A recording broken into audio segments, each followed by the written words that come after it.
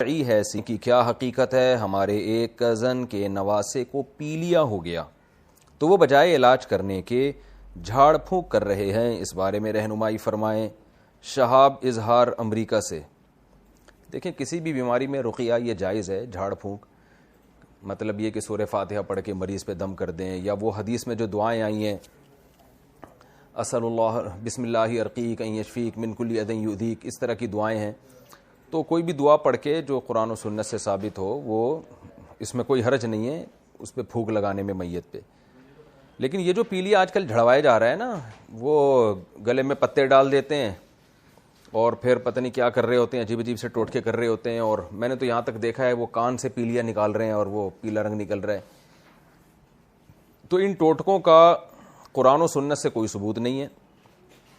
البتہ یہ کہا جا سکتا ہے کہ بھائی علاج کے لیے تو قرآن و سنت سے ثبوت نہیں چاہیے نا، علاج تو تجربے سے بھی ہوتا ہے، تجربہ بھی ایک دلیل ہوتا ہے۔ تو یہ جو ٹوٹکے کرتے ہیں نا، کچھ گلے میں جوتوں کا ہار بھی پہناتے ہیں پیلیا کے مریض کو، کچھ پتے ڈال دیتے ہیں اور اس طرح کے عجیب وہ لے کے پتہ نہیں کیا کیا کر رہے ہوتے ہیں، کہہ رہے ہیں جھاڑ رہے ہیں ہم۔ تو ٹھیک ہے، قرآن و سنت سے ثبوت کی ضرورت نہیں ہے اس علاج کے لیے، لیکن مشاہدہ اور تجربہ یہ بھی ایک دلیل ہوتی ہے۔ مگر میرا مشاہدہ، میرا تجربہ یہ ہے کہ یہ جو جھاڑ پھونک کرنے والے ہوتے ہیں، ان کے پاس سوائے نفسیاتی طور پہ مریض کو مطمئن کرنے کے اور کچھ بھی نہیں ہوتا، اور اس میں ہندوستان پاکستان میں بے انتہا غلو ہے، پیلیے کے مریض کو پتہ نہیں کیا کیا جھڑوایا جا رہا ہوتا ہے۔ تو یہ سب چیزیں اللہ پہ اعتماد اور توکل ختم کرتی ہیں۔ رقیہ جو مسنون ہے اسی پر اکتفا کرنا چاہیے، آیت الکرسی پڑھ لی، سورہ فاتحہ پڑھ کے دم کر دیا، بس، باقی پراپر علاج کرائیں۔ یہ جو پتے گلے میں ڈالنا، جوتے ڈالنا اور پتہ نہیں اور بھی ٹوٹکے کر رہے ہوتے ہیں، کاغذ کی کپی بنا کے کان کے قریب رکھتے ہیں، پھر اس کو ہلاتے ہیں تو کہہ رہے ہیں پیلا رنگ نکل رہا ہے، سوائے نفسیاتی کھیل کے اس کی کوئی حیثیت نہیں ہے۔ اور یہاں تک بھی غلو ہوتا ہے کہ لوگ کہتے ہیں پیلیا اس کے بغیر اترتا ہی نہیں ہے۔ انگریزوں کو بھی یرقان ہوتا ہے، پیلیا ہوتا ہے، وہ کیسے ٹھیک ہو جاتا ہے؟ عربوں کو بھی پیلیا ہوتا ہے، وہ کیسے ٹھیک ہو جاتا ہے؟ تو یہ ایک خامخواہ کی ایک بات ہے، جب آدمی اپنے ذہن میں ایک چیز کو پہلے سے بٹھا لیتا ہے نا، تو اسے پھر ہر چیز اسی طرح سے نظر آتی ہے۔ تو اس کی نہ کوئی شرعی دلیل ہے، نہ کوئی تجربے سے دلیل ہے۔ لوگ کہتے ہیں ہم نے پیلیا کے بہت سے مریضوں کو جھاڑا ہے، ان کو ٹھیک کر دیا ہے۔ او بھائی، آپ نہیں جھاڑتے تو بھی انہوں نے ٹھیک ہو جانا تھا، وہ دوا کر رہے ہیں، علاج کر رہے ہیں، اور ایسے بہت سے مریضوں کو ہم دکھا سکتے ہیں جن کو جھاڑا گیا اور مر گئے وہ بیچارے۔ تو یہ کچھ بھی نہ، ان چیزوں سے انسان کا اللہ پہ اعتماد اور توکل ختم ہوتا ہے، توہمات کی دنیا میں پڑتا ہے۔ جس چیز کی دلیل نہ قرآن و سنت سے ہو، نہ کوئی حکیم اور ڈاکٹر اس کے بارے میں کوئی رپورٹ پیش کر رہے ہوں، ایسی چیزوں سے علاج کرنے میں وہم کے دروازے کھلتے ہیں۔ کل کوئی اور آ کے کچھ اور شروع کر دے گا، پتہ نہیں کیا کیا ٹوٹکے ہو رہے ہیں۔ تو ہمارے ایک دوست ہیں، میں نے یہ بیان میں بھی واقعہ بتایا، ان کے بچوں کو پیلیا ہو گیا تو انہوں نے کہا میں نہیں یہ جھڑواؤں گا، میں سیدھے علاج کروں گا، باقی دم کروں گا ان کے اوپر جو رقیہ شریعت میں ہے۔ تو لوگوں نے کہا نہیں، پیلیا تو اس کے بغیر ٹھیک ہی نہیں ہوتا۔ اس نے کہا بھائی انگریزوں کا کیسے ٹھیک ہو جاتا ہے، عربوں کا کیسے ٹھیک ہو جاتا ہے؟ انہوں نے نہیں کیا، اور وہ بچے آج ابھی یہ میرے سامنے بیٹھے ہوئے ہیں، ایک ادھر بیٹھا ہوا ہے، ایک ادھر بیٹھا ہوا ہے، ماشاء اللہ بڑے ہو گئے، دونوں بھانجے ہیں میرے۔ تو حالانکہ بہت رشتہ داروں نے تانے دیے تھے۔ تو یہ چیزوں سے اپنے آپ کو توہم کی دنیا سے، وہم پرستی کی دنیا سے نکالیں، ان میں کچھ بھی نہیں رکھا ہوا، یہ ڈنڈیوں سے جھاڑ رہے ہوتے ہیں اور پتہ نہیں کیا کہ یہ سب نظر کے ایک وہ اگلے کو نفسیاتی طور پہ مطمئن کرنے کے ایک طریقے ہیں۔ لوگ کہتے ہیں چلو سامنے والا ذہنی طور پر مطمئن ہو رہا ہے تو مفتی طارق مسعود صاحب کو کیا تکلیف ہو رہی ہے اس سے؟ بھائی مطمئن تو ہو رہا ہے وہ ذہنی طور پر، لیکن وہمی بھی بن رہا ہے۔ یہ ساری توہمات یہیں سے شروع ہوتے ہیں، جب آپ کے پاس کوئی مضبوط دلیل نہیں ہوتی اور آپ صرف ایک امکان کے درجے میں چیزوں کو لیتے ہیں، پھر آپ ذہن میں بنا لیتے ہیں کہ یہ اسی سے ہوا ہوگا۔ اس کی مثال ایسے ہے، جیسے دیکھو میرے اللہ کا شکر ہے، ماشاءاللہ اللہ نے مجھے بہت اولاد دی ہے، میں نے کبھی کسی بچے کی نظر نہیں اتاری۔ سارے بڑے بڑے ہو گئے، کچھ بڑے ہیں، کچھ درمیانے، کچھ چھوٹے ہیں۔ جو حالات سب کے ساتھ آتے ہیں ہمارے ساتھ بھی آتے ہیں، بچے بیمار ہوتے ہیں، ڈاکٹر کے پاس جاتے ہیں، ٹھیک ہو جاتے ہیں، الحمدللہ، اللہ سب کو صحت دے۔ زیادہ سے زیادہ کبھی آیت الکرسی پڑھ کے ان پہ دم کر دیا اگر کوئی بیمار ہے۔ یہ جھاڑنا اور تعویذ، ان چکروں میں اللہ کا شکر ہے ہم شروع سے ہی نہیں لگے۔ تو اب ہوتا کیا ہے کہ لوگ جو ہے نا بچوں کے بارے میں بڑے حساس ہوتے ہیں۔ مثال کے طور پر بچہ بہت رو رہا ہے تو اکثر عورتیں گھروں میں مرچیں جلاتی ہیں، کالی مرچیں، اور وہ کہتی ہیں پتہ نہیں دھواں نکلے تو اس کی علامت ہے کہ نظر نہیں لگی، دھواں نہ نکلے تو اس کی علامت ہے نظر لگی ہوئی ہے۔ اور وہ کہتی ہیں کہ بھئی ہم مرچیں جلانے سے نا، یہ ٹوٹکا کرنے سے بچے کی نظر اتر جاتی ہے اور وہ چپ ہو جاتا ہے، تمیز سے بیٹھ جاتا ہے وہ۔ تو وہ مجھ پر اعتراض کرتے ہیں ایسے لوگ کہ دیکھو ہم نے مرچیں جلائیں، ٹوٹکا کیا اور بچے کی نظر اتر گئی۔ اور بھائی بات اصل میں یہ ہے، یہ بات عبداللہ بن مسعود کے قول سے بھی ثابت ہے اور بھی آثار سے ثابت ہے کہ شیطان کیا کرتا ہے، شیطان کو پتہ ہوتا ہے کہ اس بچے کے والدین کے عقیدے خراب ہیں، ان کو کسی عمل کے لیے لاجک کی ضرورت نہیں ہوتی، تو شیطان ایسے ماں باپ کے بچوں کو چھیڑتا ہے، جب وہ چھیڑتا ہے تو بچے روتے ہیں، پھر ماں باپ کوئی ٹوٹکا کرتے ہیں تو شیطان چھیڑنا چھوڑ دیتا ہے، بچہ چپ ہو جاتا ہے، تو ماں باپ سمجھتے ہیں کہ یہ مرچیں جلانے سے ہو رہا ہے یہ، حالانکہ اگر آپ مرچیں جلانا چھوڑ دو اور بولا روتا ہے تو رونے دو، ہم علاج کریں گے اور جو سنت رقیہ ہے وہ کریں گے بس، تو شیطان جو ہے نا وہ بچے کو چھیڑنا ہی چھوڑ دے گا، بچہ ویسے ہی ٹھیک ہو جائے گا انشاءاللہ۔ تو جو ان ٹوٹکوں میں پڑھتے ہیں نا، بچے بھی انہی کے زیادہ بیمار ہوتے ہیں، اور ٹینشنیں بھی انہی کو آتی ہیں، پھر جب وہ ٹوٹکا کرتے ہیں تو ٹینشن دور ہو جاتی ہے۔ وجہ کیا ہے؟ وہ کام شیطان کر رہا ہوتا ہے آپ کا عقیدہ خراب کرنے کے لیے۔ اس کی میں ایک مثال دیتا ہوں، ایک جگہ ہمارا جانا ہوا قبرستان میں کسی گاؤں میں، تو کسی بزرگ کی قبر تھی، تو وہاں ہمیں لوگوں نے بتایا کہ جو اس بزرگ کی قبر پہ لیٹتا ہے، بزرگ اندر سے لات مارتے ہیں اور وہ قبرستان کی دیوار سے جا کے لگتا ہے، اور ہم نے دیکھا جو بھی لیٹ رہا ہے وہ بھائی ایسی لات پڑتی اس کو، وہ جا کے دیوار سے لگتا۔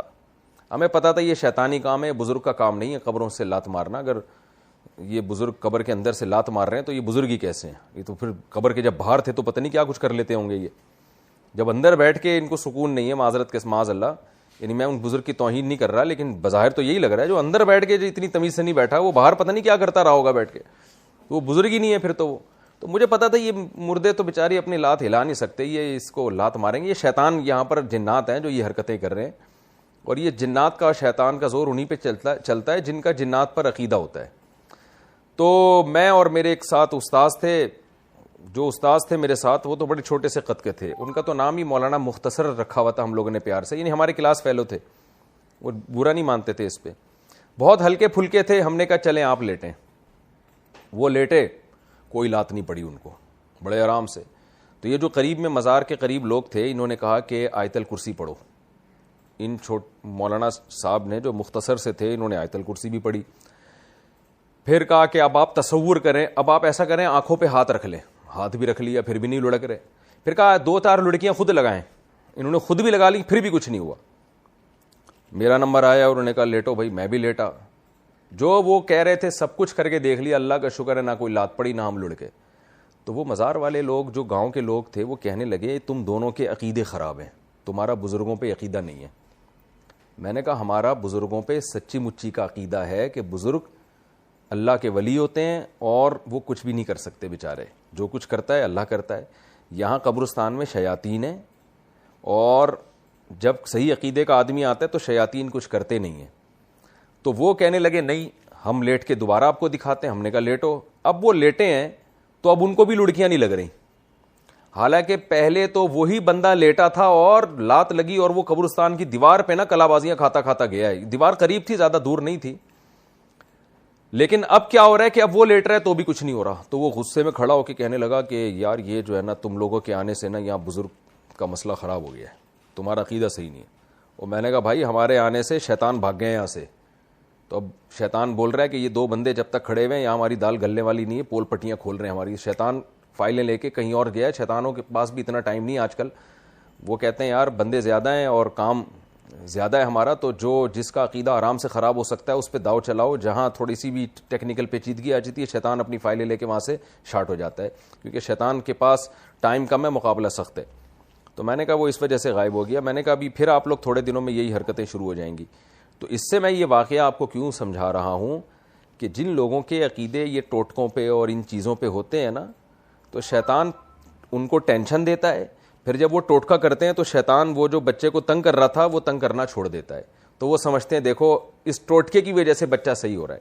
اس کی بالکل مثال ایسے ہے جیسے بعض لوگوں پہ جنات آتے ہیں، جب وہ مزار جاتے ہیں تو جنات اتر جاتے ہیں، واقعی حقیقت میں ایسا ہوتا ہے۔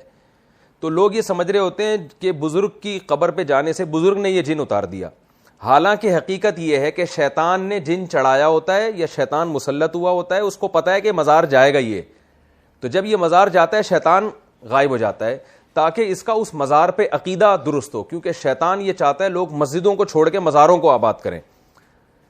تو اس کا علاج یہ نہیں ہے کہ آپ مزار جائیں، اس کا علاج ہے آپ شیطان کو کہتے ہیں بھائی تو مجھے جان سے بھی مار دے گا نا میں نہیں جاؤں گا مزار، میں نہ عامل کے پاس جاؤں گا، نہ روحانی ٹوپی ڈرامے کروں گا، میں نہ عاملوں کے پاس جاؤں گا، نہ میں تعویذ گنڈے کروں گا، جو مرضی کرنا ہے تیری ایسی کی تیسی کر لے تو. جب یہ کانفیڈنس آپ کے اندر پیدا ہو گیا تو انشاءاللہ وہ یہ سارے جن چڑیل بھوت ویسے ہی مارکیٹ سے شارٹ ہو جاتے ہیں. تو اس لیے یہ سب چیزیں انہی لوگوں پہ آتی ہیں جو ان چیزوں پر زیادہ عقیدہ رکھتے ہیں. تو بس رقیہ شرعی کرنا چاہیے. سورہ فلق سورہ ناس رات کو پڑھیں، ہاتھوں پہ دم کر کے پورے ہاتھ کو جسم پہ پھیر لیں، یہ طریقہ سنت ہے. باقی اللہ پہ اعتماد کریں اور پراپر طریقے سے علاج کریں. یہ چیزیں مجھے سمجھ میں نہیں آتی ہیں جو ہے جس طرح، اور میں نے دیکھا جو ان چیزوں میں پڑھے ہیں وہ بیچارے زندگی انہی میں لگی رہتی ہے. پانی پر دم کرنے کا شرعی حکم، کیا پانی پر دم کر سکتے ہیں؟ اگر ہاں تو میں نے سنا ہے کہ نبی کریم صلی اللہ علیہ وسلم نے کھانے پینے کی چیزوں پر پھونکنا سے منع کیا، یعنی آپ نے فرمایا کہ کھانے پینے کی چیزوں پر پھونکنا نہیں چاہیے. اس بارے میں وضاحت فرما دیں شاکر کشمیر سے. جناب شاکر صاحب، جو اشکال آپ کو ہے وہی مجھے بھی ہے. ہمارے ہاں رواج تو ہے کہ پانی پر دم کر کے مریض کو پلایا جاتا ہے. تو مریض پہ پانی پہ دم کر کے بہانا یا چھینٹے لگانا، اس پہ تو ہمیں آثار ملتے ہیں. ایک ابو داؤد کی ایک ضعیف روایت بھی ملتی ہے اس بارے میں کہ نبی نے وہ دم کر کے پانی ان کے اوپر ڈالا ہے. چلیں اس بارے میں ضعیف روایت نہ بھی ملے یا کوئی بھی روایت نہ ہو تو فی نفسی ایک جائز عمل ہے. رقیہ کے لیے کوئی ثبوت کی ضرورت نہیں ہوتی کہ وہ حدیث سے ثابت ہی ہو. وہ تو کلام اللہ سے یا ذکر اللہ سے ایک یوں سمجھیں کہ تبرک ہے، برکت حاصل کرنا ہے. اب برکت براہ راست پھونک لگا کے بھی ہو سکتی ہے، پانی پہ دم کر کے وہ پانی مریض کے اوپر ڈالنے سے بھی ہو سکتی ہے. تو لیکن اصل مسئلہ پانی پہ دم کر کے پانی چھینٹے مارنے کا یا پانی مریض کے اوپر ڈالنے کا نہیں ہے. اصل مسئلہ یہ ہے کہ پانی پہ دم کر کے یعنی پھونک لگا کے آپ رقیہ کریں اور وہ پانی مریض کو پلانا. تو اس کے بارے میں مجھے بھی عرصہ دراز سے اشکال ہے کہ نبی صلی اللہ علیہ وسلم نے تو کھانے پینے کی چیزوں میں پھونکنے سے منع کیا ہے، اور ظاہر منع اسی لیے کیا ہے کہ ایک گندا سانس ہے جو پانی میں جائے گا اور وہ پھر آپ کھاتے بھی ہیں اسی کو. تو یہ اسلام کا ایک نظافت کا جو نظام ہے اس کے خلاف ہے. اگرچہ جمہور فقہا کے نزدیک یہ نہیں تنزیہی ہے. تنزیہی کا مطلب یہ کراہت ہے، کوئی حرام نہیں ہے. یہ صفائی ستھرائی کے لیے نبی صلی اللہ علیہ وسلم نے حکم دیا ہے کہ اسلام ایک گندگی کو پسند نہیں کرتا. جب آپ منہ سے سانس نکال رہے ہیں تو کاربن ڈائی آکسائڈ نکل رہی ہے، وہ پانی میں جائے اور جو ہے وہ کھانے میں جائے تو یہ اس کے کراہت بہرحال ہے اس میں. تو لیکن اتنی بات تو ہے نا کہ کراہت تو آ گئی نا اس میں، تو اب چاہے اس پہ آپ فاتحہ دم کریں یا قرآن کی صورتیں دم کریں.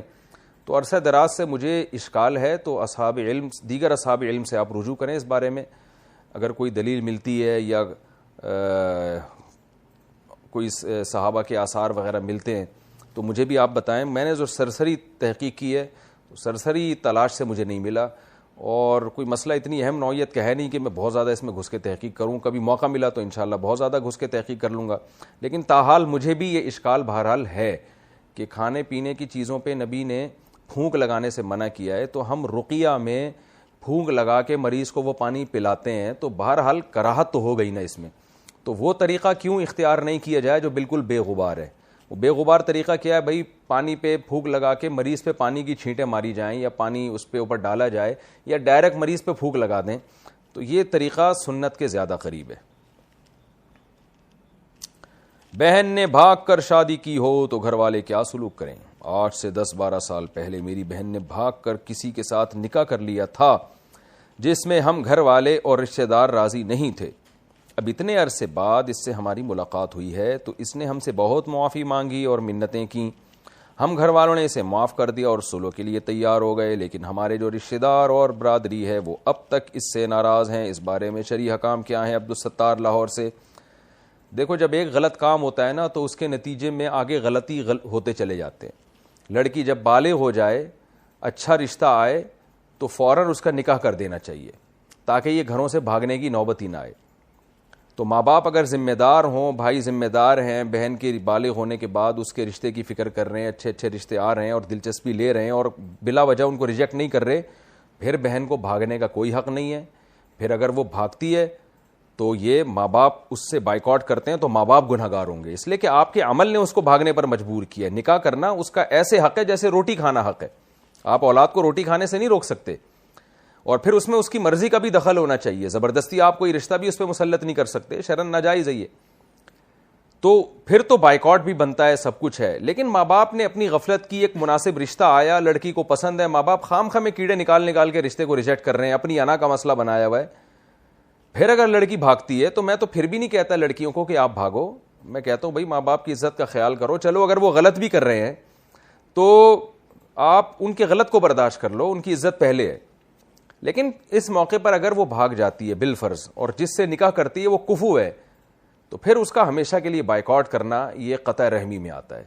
بلکہ یہی کرنا چاہیے, عزت دار لوگ یہی کرتے ہیں, بھائی ٹھیک ہے اگر آپ کو بیٹا کوئی پسند ہے اور آپ کو بہت زیادہ رجحان ہے, اور خدا نخواستہ کوئی چرسی ہیروئنچی بھی نہیں ہے, کوئی بہت ہی لڑکی سے کم درجے کا نہیں ہے, تو ماں باپ کو چاہیے خود ہی شادی کر دیا کریں. اور اگر خود شادی نہیں کی, لڑکی بھاگ گئی ہے گھر سے کیونکہ ماں باپ نہیں کرنے دے رہے اس کو وہاں شادی, گھر سے فرار ہو گئی ہے, تو غلط کیا, میں کبھی بھی اپریشیٹ نہیں کر رہا. لیکن اس میں چونکہ ماں باپ اور بھائیوں کی بھی غلطی ہے, تو ایسے موقع پہ پھر اس کو معاف کر دینا چاہیے. نکاح ہی کیا ہے نا, خدا نخواستہ کوئی زنا تو نہیں کر رہی ہے, نکاح کیا ہے, تو ایسے نکاح کو مان لینا چاہیے, اور ہمیشہ کے لیے اس کا بائیکاٹ کرنا میری رائے میں ٹھیک نہیں ہے. اور ویسے بھی یہاں پر مدعی سس گواہ چست والی بات ہے. جب بہن آپ کی ہے اور بیٹی آپ کے والدین کی ہے, جب وہ معاف کر رہے ہیں تو دیگر رشتہ دار کیوں درمیان میں کباب میں ہڈی بنے ہوئے ہیں؟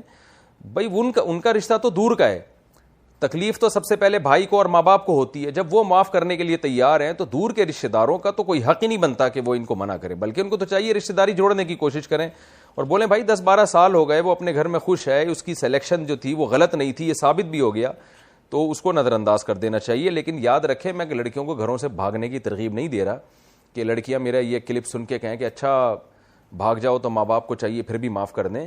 جہاں ظلم ہو رہا ہو اور بالکل لڑکیوں کی زندگیاں تباہ کی جا رہی ہوں وہاں بھی میں کہہ رہا ہوں بھاگے نہیں. لیکن اگر وہاں بھاگ جاتی ہے تو اس میں پھر ماں باپ کا بھی قصور ہے, انہوں نے خود اپنے عمل سے اس کو بھاگنے پر مجبور کیا ہے.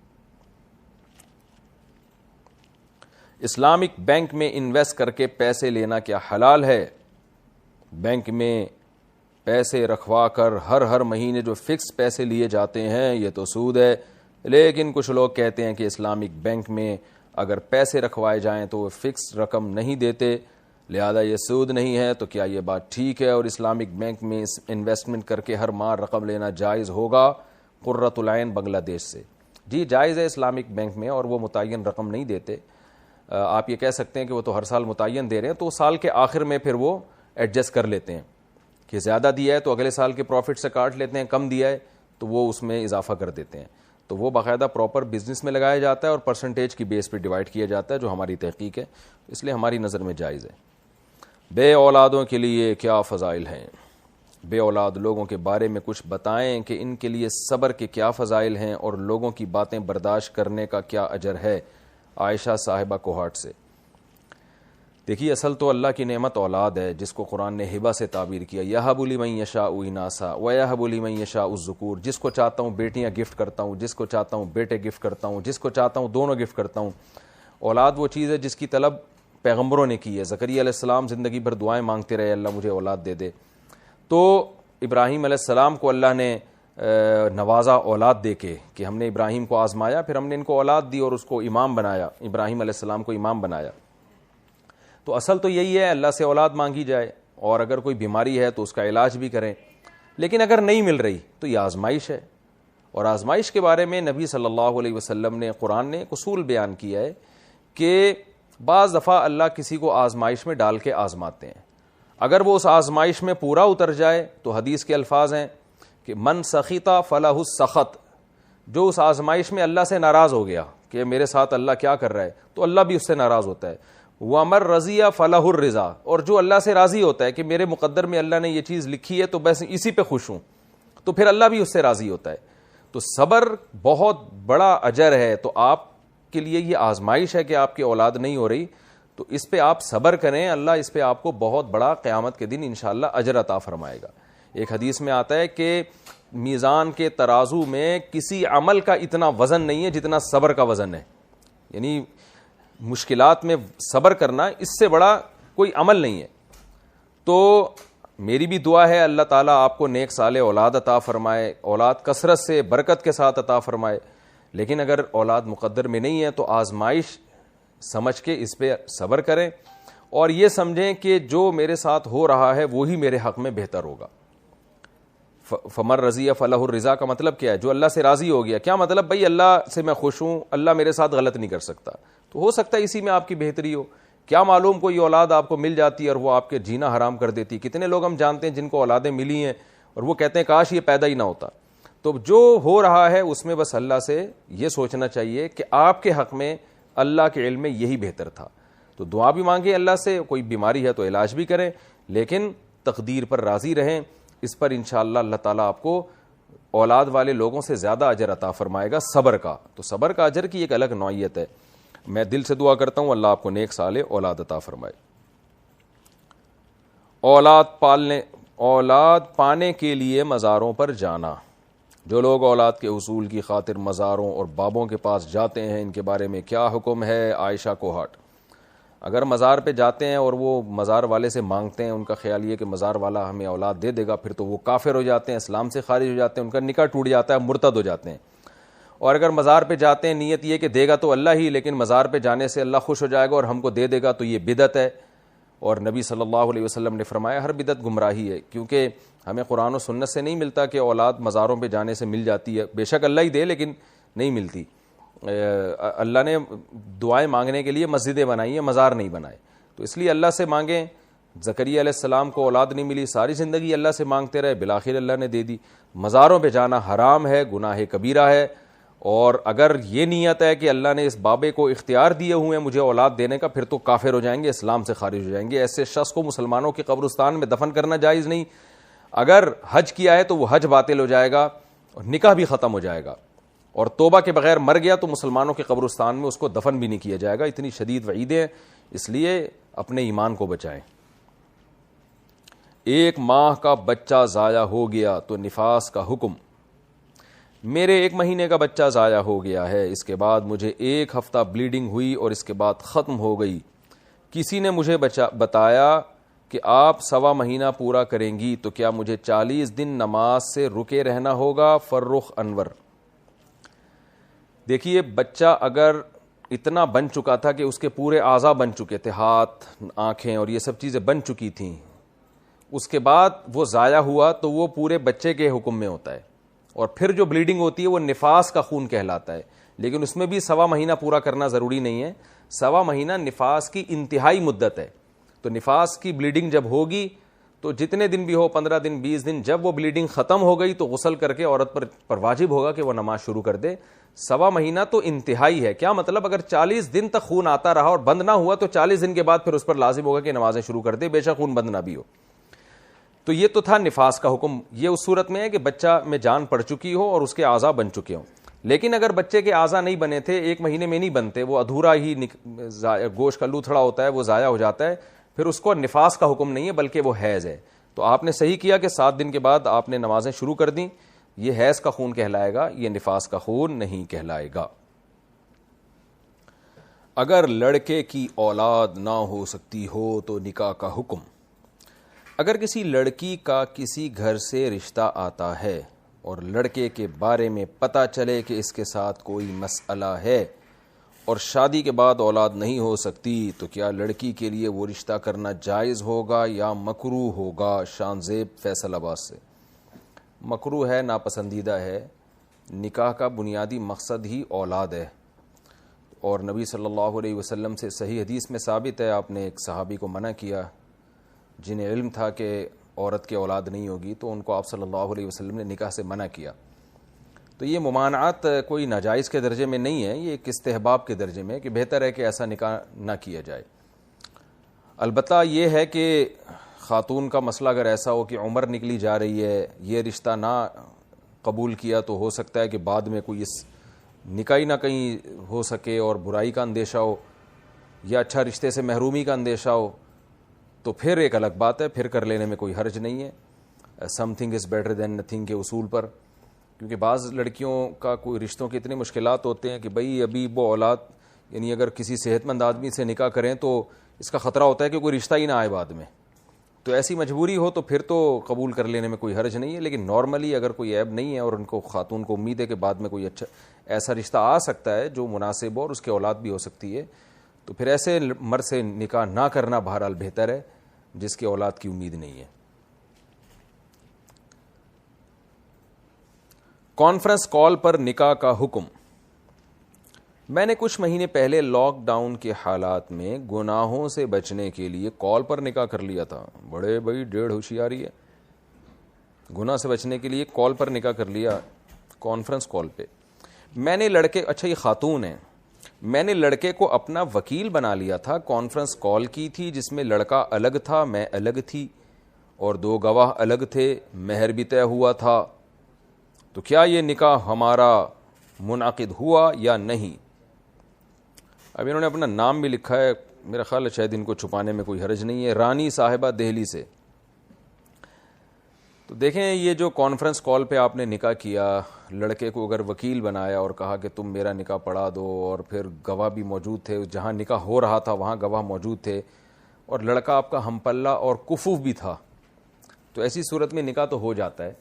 اب مجھے نہیں پتا آپ نے گواہ کہاں بیٹھے ہوئے تھے, یہ تو آپ نے پوری ڈیٹیل لکھی نہیں ہے. تو نکاح تو ایسی صورت میں اگر گواہ وہاں بیٹھے ہوئے ہیں جہاں ایجاب و قبول ہو رہا ہے, اس محفل میں گواہ بیٹھے ہوئے ہیں, کانفرنس پہ نہیں بلکہ اس جگہ پہ جہاں نکاح میں ایجاب و قبول ہو رہا ہے, تو ایسی صورت میں نکاح ہو جائے گا. لڑکا اگر لڑکی کا کفو اور ہم پلہ ہے, جوڑ کا ہے اس کا. لیکن بہرحال باپ کی اجازت کے بغیر گھر والوں کی, یعنی گھر والے کیا اس میں اصل باپ ہوتا ہے, لوگ کہتے ہیں گھر والوں کی پرمیشن کے بغیر, لوگ کہتے ہیں نا فلاں نے گھر والوں کی پرمیشن کے بغیر نکاح کیا, تو گھر والے نہیں, شریعت باپ کو ویلیو دیتی ہے کہ لڑکی کے باپ نہیں ہے تو بھائی. تو اگر آپ کے والد ہیں تو آپ کو چاہیے تھا کہ والد کی اجازت سے نکاح کرتی, اگر والد نہیں تو بھائی کی اجازت سے نکاح کرتی. بہرحال میں اپریشیٹ نہیں کرتا اس نکاح کو, لیکن بہرحال اگر اس طرح سے نکاح کیا ہے تو ان شرطوں کے ساتھ جو میں نے بیان کی ہیں نکاح منعقد ہو گیا ہے. اور اگر وہ شرطیں نہیں پائی گئی ہیں, لڑکا آپ کا ہم پلہ یا کفو نہیں تھا, یا یہ کہ گواہ اس محفل میں موجود نہیں تھے جہاں ایجاب و قبول ہو رہا ہے, بلکہ وہ بھی کہیں نیٹ پہ بیٹھے ہوئے دیکھ رہے تھے, تو پھر اس میں علماء کی 2 رائے ہے. پھر احتیاط اسی میں ہوتی ہے کہ اس نکاح کو دوبارہ کیا جائے. جم میں مختلف دوائیں کھانے کا حکم. ہم جب جم جاتے ہیں تو وہاں پروٹین یعنی ماس گینر یا ویٹ گینر یہ سب کچھ کھاتے ہیں, تو کیا ان کا کھانا جائز ہے یا نہیں؟ محمد امان انڈیا سے. دیکھیں کوئی بھی چیز جو کھانا ناجائز ہو نا, 2 وجہ سے, یا تو واضح طور پر صحت کو نقصان ہو رہا ہو, یا یہ کہ اس میں کوئی حرام جز شامل ہو, یا وہ حرام پیسوں سے خریدی گئی ہو. تو اگر آپ حلال پیسوں سے خرید رہے ہیں اور اس میں کوئی حرام جز بھی شامل نہیں ہے اور کوئی صحت کو بہت زیادہ نقصان بھی نہیں ہو رہا, تو پھر یہ چیزیں کھانا جائز ہے. لیکن اگر اس میں کوئی حرام جز شامل ہے, جیسے باہر سے دوائیں آتی ہیں طاقت کی, ان میں بعض دفعہ حرام اجزاء شامل ہوتے ہیں.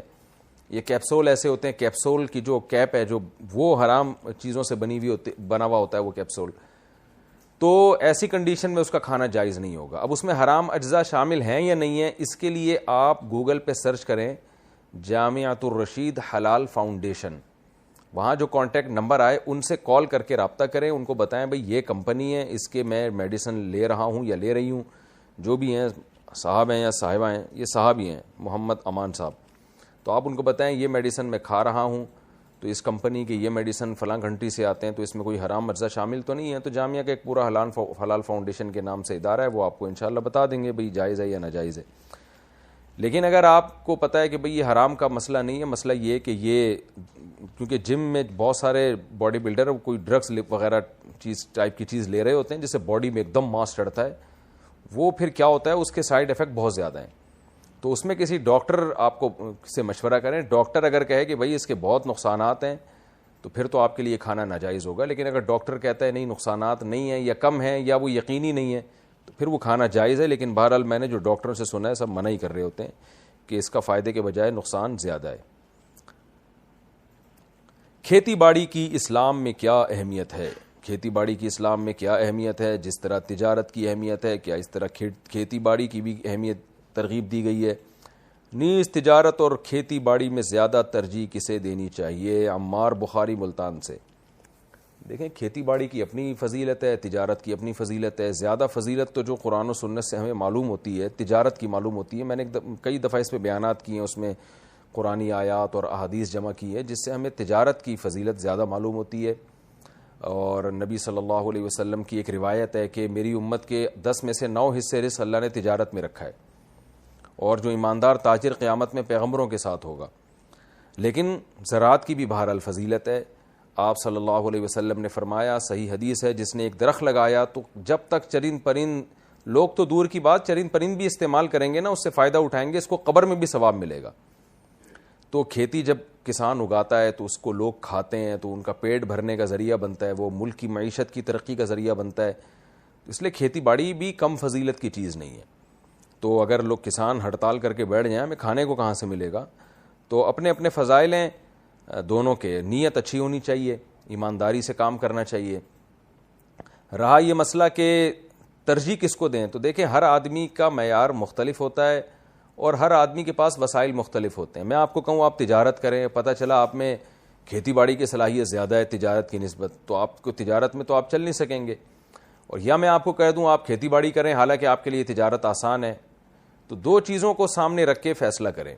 ایک یہ کہ آپ کے ہاں معاشرے میں ضرورت کس چیز کی زیادہ ہے, تجارت کی زیادہ معاشرے کو ضرورت ہے یا معاشرے کو کھیتی باڑی کی زیادہ ضرورت ہے. تو اس پہ ایک تھوڑا سا سروے کر لیں. تو اگر ضرورت کھیتی باڑی کی آپ کے قوم کو, آپ کے ملک کو زیادہ ہے تو کھیتی باڑی کو فوکس کریں, اور اگر تجارت کی زیادہ ضرورت ہے تو تجارت کو فوکس کریں. ایک تو یہ. دوسرا, اپنی صلاحیت کو بھی آپ دیکھیں کہ آپ کا ذوق کیا ہے, آپ دلچسپی کس میں لیتے ہیں. کہتے ہیں نا دنیا میں کامیاب انسان وہ ہے کہ جس کا شوق اس کا ذریعہ معاش بن جائے. شوق پہلے سے تھا اور وہی شوق ذریعہ معاش بن جائے, تو یہ بڑی کامیابی کی بات ہوتی ہے. تو جو آپ کو شوق ہے اسی کو ذریعہ معاش بنائیں گے تو اس میں آپ زیادہ ترقی کریں گے. بیوی شوہر کو برا بھلا کہتی ہو تو مرد کیا کرے. احمد صاحب کراچی سے.